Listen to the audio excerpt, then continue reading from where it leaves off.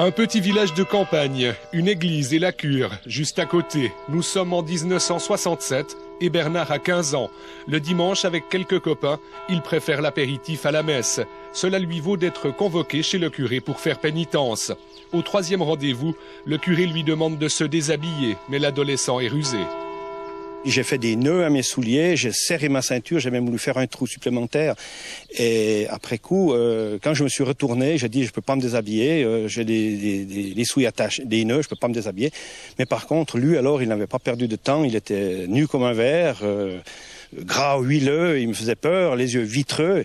Et puis, je lui ai dit, écoutez, il faut me laisser tranquille, je ferai tout ce que vous voulez la prochaine fois, mais laissez-moi tranquille ce soir, laissez-moi partir. Et puis, après, bon, là, il s'est masturbé, et puis il a arrosé le plancher.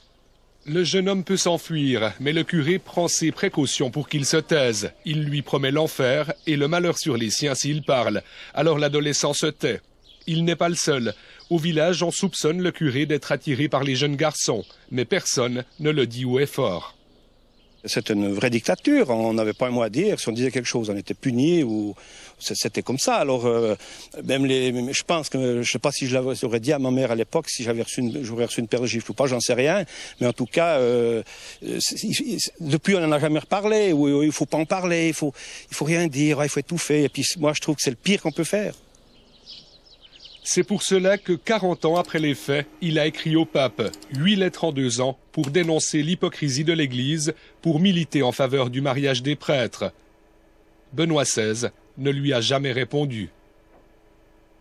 Je ne suis pas révolté contre l'Église, je suis révolté contre ceux qui ne la méritent pas. Parce que tous ces gens qui font n'importe quoi, ils n'ont rien à faire là-dedans. Il y a tellement de bons curés qui méritent la confiance et tout, alors qu'ils mettent de l'ordre, c'est le moment qu'ils mettent de l'ordre. S'il n'arrive pas à mettre de l'ordre, malheureusement, il faut qu'il passe le flambeau, il faut qu'il rentre son tablier.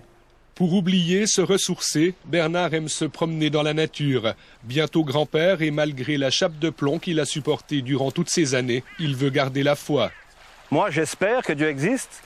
Mais j'espère aussi que l'espérance n'est pas la consolation des imbéciles. Son espoir à lui, c'est de contribuer à modifier le cours des choses.